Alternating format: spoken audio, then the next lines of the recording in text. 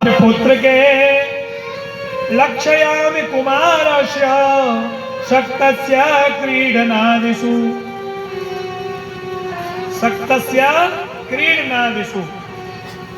हे गुरु बालक, छोटा बालक है, 4-5 वर्ष की अवस्था है। तुम्हें तो अभी मान और अपमान का कोई ध्यान नहीं करना चाहिए। खेलने खाने की अवस्था है, खिलौने से खेलने की। ऐसी बात क्यों करते हो? बोले महाराज, मैं भगवान की अब तपस्या करूंगा। तपस्या करने के लिए निश्चय कर लिया। नारद जी ने देख लिया, बहुत समझाया। बोले बेटा, ये बहुत बड़ा कठिन पंथ है। अगर तपस्या करना चाहते हो तो हम तुम्हें एक मंत्र बताते हैं। कौन सा मंत्र है? ओम नमो भगवते वासुदेवाय। ओम नमो भगवते वासुदेवाय मंत्र बता दिया और कहा कि जनन्या वेहता पंथा सवै निःश्रेयसस्यते भगवान वासुदेव स्वं भज तत्व प्रवणात्मना। जनन्या, हे गुरु बालक, तेरी माता ने तुझे जन्म दिया, तू बहुत बड़ा भक्त बालक है। तेरी इच्छा भगवान को प्राप्त करने के लिए है, तू तपस्या करना चाहता है, तो हम तुम्हें मार्ग बताते हैं। ओम नमो भगवते वासुदेवाय मंत्र का जाप करो। धर्मार्थ काम मोक्षार्थम यच्छ्रेय आत्मना एकमेव हरेस्तत्रं कारणं पाद सेवनम्। बोले धर्म, अर्थ, काम और मोक्ष की प्राप्ति के लिए सबसे उत्तम भगवान वासुदेव की भक्ति है। एकमेवं हरेस्तत्रं कारणं पाद सेवनम्। एकमेव भगवान वासुदेव के पदचर्या का सेवन करना, पूजन करना ही भगवान वासुदेव की भक्ति है। जाओ यहाँ से कुछ दूर नगरी में, और वहां कहां पर जाओगे कि तत्तात गच्छ भद्रम ते यमुनायास्तटं शुचि पुण्यम मधुवनम यत्र सानिध्यं नित्यदा हरे। यहाँ से कुछ दूर जाइए मथुरा मंडल की तरफ। मथुरा नगरी के पास में यमुना जी के किनारे पर और एक बहुत ही पुण्यदायक मधुवन नाम का एक क्षेत्र है। उसमें भगवान वासुदेव श्री कृष्ण नित्य प्रति अपनी लीला करते हैं। वहां पर जाओ। वहां जाकर के स्नात्वानुसवनम तस्मित् कालिन्द्यां सल्लेश्वे कृतोचितान्यवसन्नात्मना कल्पतासना। बोले कालिंदी यमुना, यमुना जी को कालिंदी कहा गया। यमुना कालिंदी में स्नान करना, और कालिंदी यमुना में स्नान करके मधुवन नाम के क्षेत्र में सालिग्राम भगवान की एक मूर्ति प्रतिमा दे दी। बोले इसे ले जाओ, इनकी पूजा करना। 16 प्रकार से ये भगवान विष्णु अवतार हैं। सालिग्राम भगवान की पूजा करो। तुलसी दल की माला दे दी। ओम नमो भगवते वासुदेवाय मंत्र दे दिया। ये शिक्षा दे करके समझा बुझा के और ध्रुव जी महाराज को भेज दिया। मधुवन नाम के क्षेत्र में ध्रुव जी पहुंचे, यमुना के जल में स्नान किया, और यमुना जल पी करके भगवान वासुदेव की किस प्रकार से ये प्रार्थना कर रहे हैं और उपासना कर रहे हैं।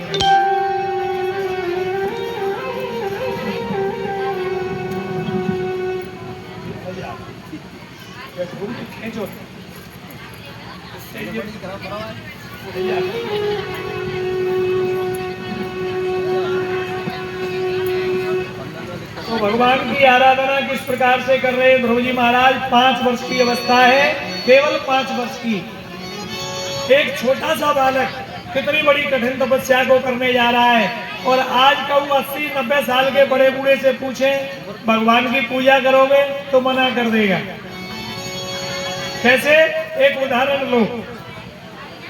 एक परिवार में एक बड़े बूढ़े बाबा थे, कोई सज्जन बड़े बूढ़े। एक महात्मा जी वहां पर आते थे। संत आए तो संत ने कहा कि बाबा आपके 4 बेटे हैं और सब प्रकार से खाट बाट है, सब कुछ हो गया, विवाह शादी। अब आप एक काम करो, बुढ़ापे में तीर्थ यात्रा कर लो कुछ समय के लिए। तो बाबा ने महात्मा जी से एक ही शब्द कहा, बोले महाराज जी अभी थोड़ी सी कमी है। बोले कहा कि मेरे 4 बेटे हैं, अभी उनको ज्ञान नहीं है और वो क्या करते हैं कि अपने अपने कमरे में और बंद करके सो जाते हैं। मैंने इतना धन कमाया है, कमा कमा के मैंने कमरा सोने चांदी से भर दिए। महाराज मुझे डर लगता है कि चोर कहीं मेरे जो धन की चोरी करके नहीं ले जाए। थोड़ा कुछ दिन इन्हें समझा दें और जब ये समझदार हो जाएंगे तो हम तुम्हारे साथ तीर्थ के लिए जरूर चलेंगे। इस बात को कहा, महात्मा जी चले गए। 2-4 साल बाद उनका चक्कर फिर लगा। तो वो जो बाबा थे उस परिवार में बड़े बूढ़े थे ना, वो कुत्ता बन गए दूसरे जन्म में, मर करके कुत्ता बन के दरवाजे बैठे। साधु महाराज आए, बाल बच्चों से पूछा भैया तुम्हारे बाबा कहाँ हैं? बोले महाराज मैंने तो 4 साल रह गई, वो तो पहुंच गए ऊपर। महात्मा जी ने योग बल का सहारा लेकर के देखा, बोले गए कहीं नहीं होंगे, यहीं होंगे। क्योंकि उनकी आसक्ति इसी परिवार से लगी थी, धन में आसक्ति थी। देखा तो कुत्ता बने बाहर खड़े। महात्मा जी ने पूछा कि भैया बाबा अब तुम मनुष्य से कुत्ता बन गए, अब आप एक बात बताओ, मनुष्य से कुत्ता तो बन गए लेकिन अब आप तीर्थ यात्रा के लिए चलोगे? बोले महाराज जी अभी थोड़ी कमी है। बोले कहा? बोले कमी ये है कि हमारे जो बालक है ना वो अंशीकर बैल ले आए हैं, बैल अंशीकर ले आए एक, वो हल चलना जानता नहीं है। तो पूरे खेत की कमाई 20 बीघा की मारी जाएगी पूरी साल की। हमारी इच्छा ऐसी है कि वह दूसरे बैले हम साथ में रह के सिखाए दें, हल चल लो तो खेती बाड़ी तो उजड़ेगी नहीं, कम से कम कछु उपज तो आएगा महाराज। इसलिए महाराज अब हम कुछ समय के बाद चलेंगे। मना कर दिया, मना कर दिया। दूसरे जन्म में ये बैल बन के हल चल रही है महाराज, हल चल रही है। महात्मा जी आए, फिर पूछा, बोले भैया तुम्हारे यहाँ कुत्ता था कि वो कहाँ है? बोले महाराज वो तो खत्म हो गया। देखा बाबा ने, बोले गया कहीं नहीं होगा, यही होगा, इसी परिवार में आ सकती थी। देखा तो बैल बन के हल चल रही है। वहां जाकर के कही कहो भैया बाबा चलोगे? बोले महाराज अभी नहीं जा रहे। बोले क्यों? बोले अभी तो ये हल चलना नहीं जानते, हल चलना सिखा दें, नहीं खेत को सत्यानाश रह जाए। बोले कोई बात नहीं। ऐसा कह के महात्मा जी फिर चले गए। फिर बैल को रूप जो लिया था वो भी समाप्त हो गया कुछ समय में। तीसरा जन्म फिर हो गया। फिर जाकर के क्या बन गए? सर्प देवता, सांप देवता बन गए। और जहां मालपानी जो पहले रुपया पैसा जो हमारे बड़े बूढ़े गाड़ देते ना जमीन खोद करके मटकाओं में, उसी जगह पर गुड़ाची मार के सर्प देवता बैठ गए, क्योंकि धन में आसक्ति थी। महात्मा जी आए, पूछा, बोले भैया वो तुम्हारे यहाँ बैल था वो कहाँ है? बोले महाराज वो तो खत्म हो गए। बोले गया कहीं नहीं, यही होगा। योग बल का सहारा लेके देखा, बोले सर्प बन गए हैं। अब सर्प देवता ने सोची कि भाई एक काम करना चाहिए। बोले क्या? कि मैं जब बाबा जी से मना कर दूं कि मुझे तेरे तीर्थ यात्रा में ना जाना, मैं तो अपने नाती बेटाओं में परिवार में यही अच्छा हूं। ये रोज बराबर लेने के लिए आता, मुझे नहीं जाना। मना कर दिया। मना करने के लिए सर्प देवता निकल रही है भीतर कमरे में से आंगन में। महात्मा जी घर के अंदर प्रवेश कर रहे हैं। नाती बेटा ने देखा, बोले बाबा सांप सांप सांप सांप, सर्प सर्प सर्प। लाठी डंडा लेकर के भागे और चकाचक लाठी डंडे इतने मारे के बाकी जो फन है भाई थूतरी दुचेल के रख दी।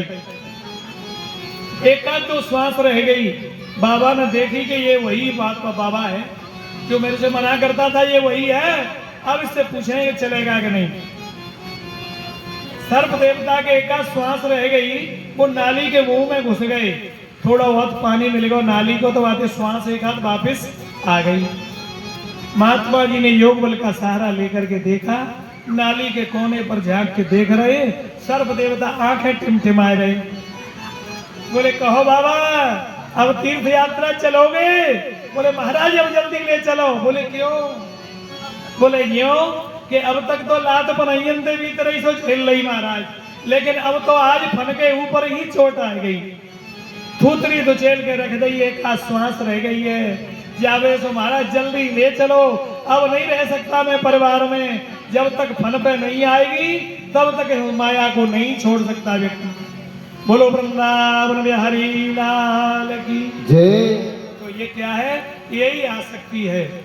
और ध्रुव जी महाराज 5 वर्ष के बालक हैं। 5 वर्ष के बालक ने घर परिवार माता पिता सबको छोड़ के जंगल में चले गए, तपस्या कर रहे हैं। तपस्या करने के लिए गए, किस प्रकार से? पहले महीने में तपस्या की। त्रात्रांते त्रात्रांते कपिथे पदरासने आत्मवृत्यानुसारेण मासं निन्ने च हरे।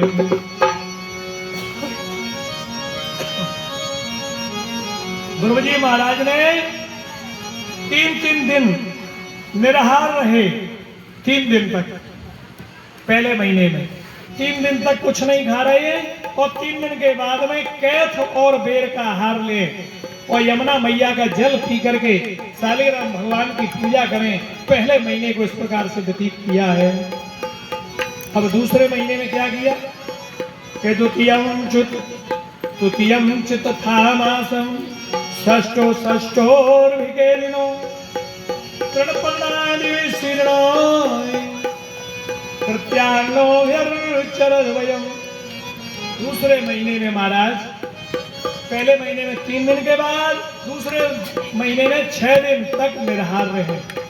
6 दिन तक निराहार रह करके 6 दिन के बाद में, और इन्होंने फल खाना भी बंद कर दिया।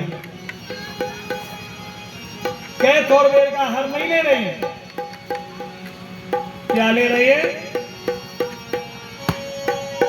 6 दिन के बाद में तृण पत्ती, जो फूल पत्ती जो वृक्षों से गिर पड़ती है अपने आप, फूल पत्तियां गिर पड़ती है ना, वो फूल पत्तियों को ले लिया करें, हाथ से मीड़ करके चबा लें 6 दिन के बाद, और यमुना मैया का जल पी लें, भगवान की आराधना करें। ये इन्होंने दूसरे महीने को ऐसे व्यतीत किया। और तीसरे महीने में क्या? तृतीयम चानयन मासम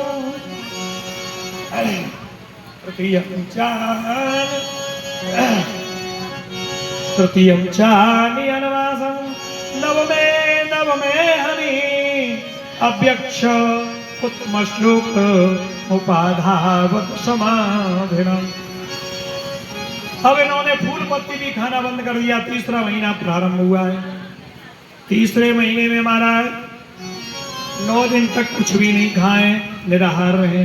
9 दिन के बाद में यमुना मैया का केवल जल पी ले, और जल पी के भगवान की आराधना करें।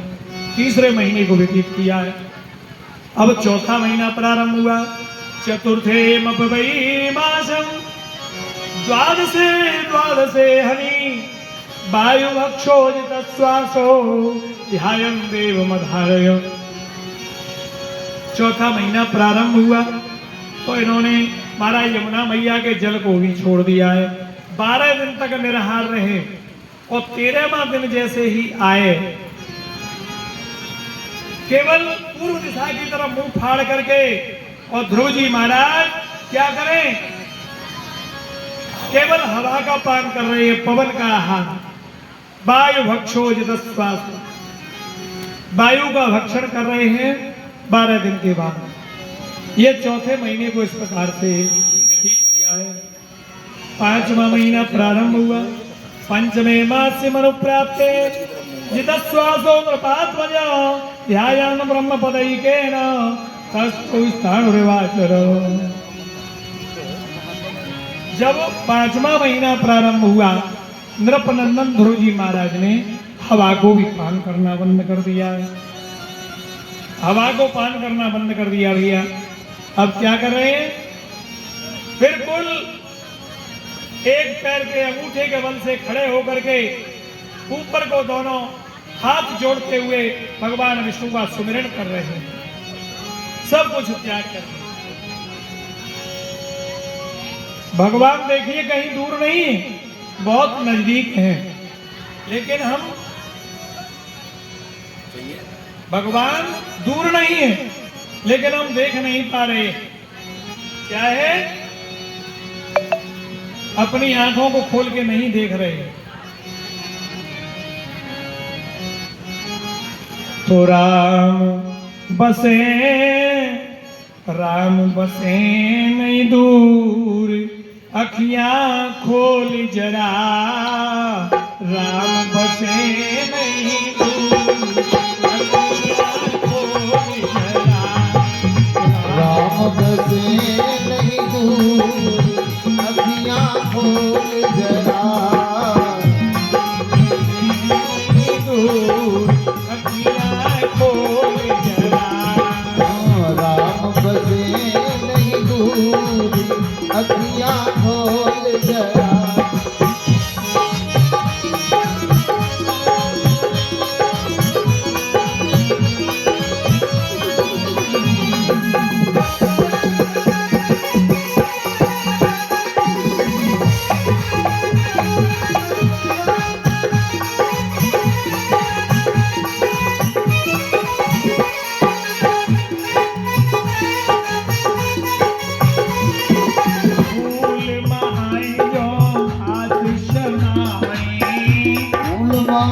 जो बात समाई, व्याप रहायो घट घट माही, व्याप रहायो घट घट माही, मेरा कर दूर अखियां खोल जरा, राम बसे नहीं दूर, अखियां खोल जरा, राम बसे नहीं दूर अखियां खोल जरा, हाँ राम बसे नहीं दूर, अखियां खोल जरा।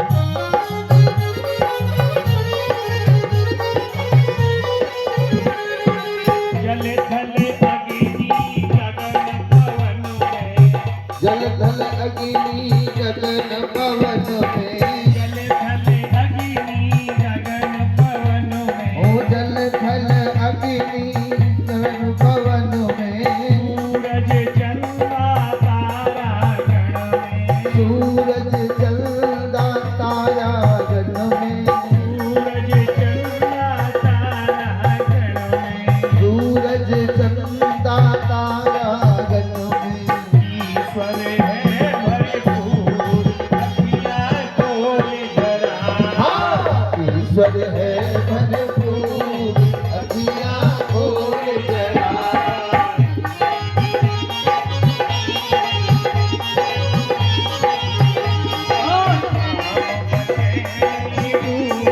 अखियां खोल जरा, जय जय राम बसे नहीं दूर, अखियां खोल जरा।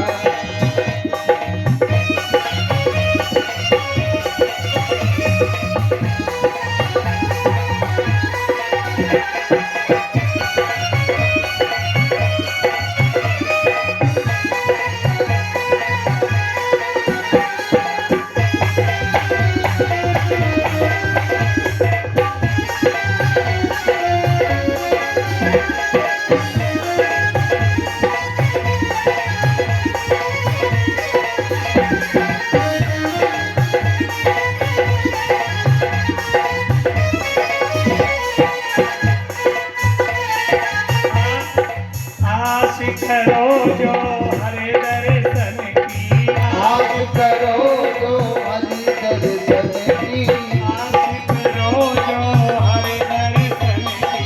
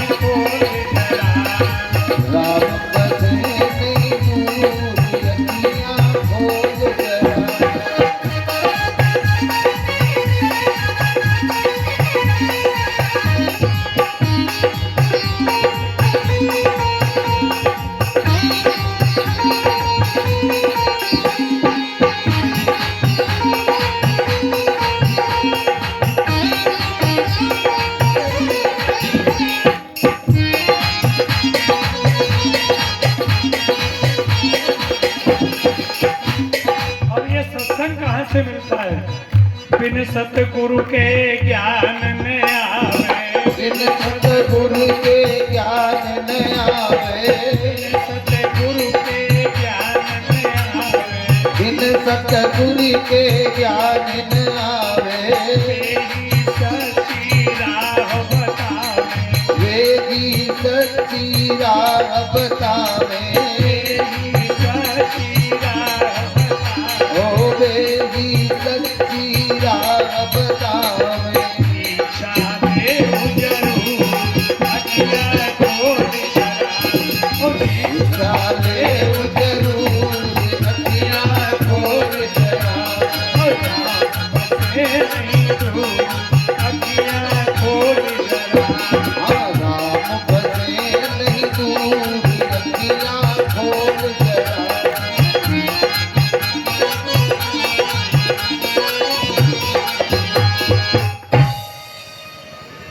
बोलिए विष्णु भगवान